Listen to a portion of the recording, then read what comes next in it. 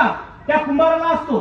चांभार चप्पल शिवतो, चप्पल बनवतो, त्या चप्पलला भाव ठरवण्याचा अधिकार त्या चांभाराला असतो. पण हजारो लाखो रुपये खर्च करून मातीत टाकणाऱ्या शेतकऱ्याला मात्र त्यानं स्वतः उत्पादित केलेल्या त्याच्या गव्हाला, त्याच्या हरभऱ्याला, त्याच्या कापसाला, वांग्याला, कांद्याला त्यानं स्वतः उत्पादित केलेल्या त्याच्या पिकाला भाव ठरवण्याचा अधिकार त्याला नसतो. मग त्याच्या पिकाचा भाव कोण ठरवणार?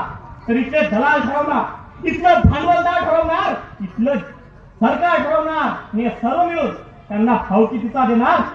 तर याच कृषी प्रधान देशातल्या शेतकऱ्यांचा उत्पादन खर्च सुद्धा निघत नाही, एवढा कमी भाव त्यांना देणार.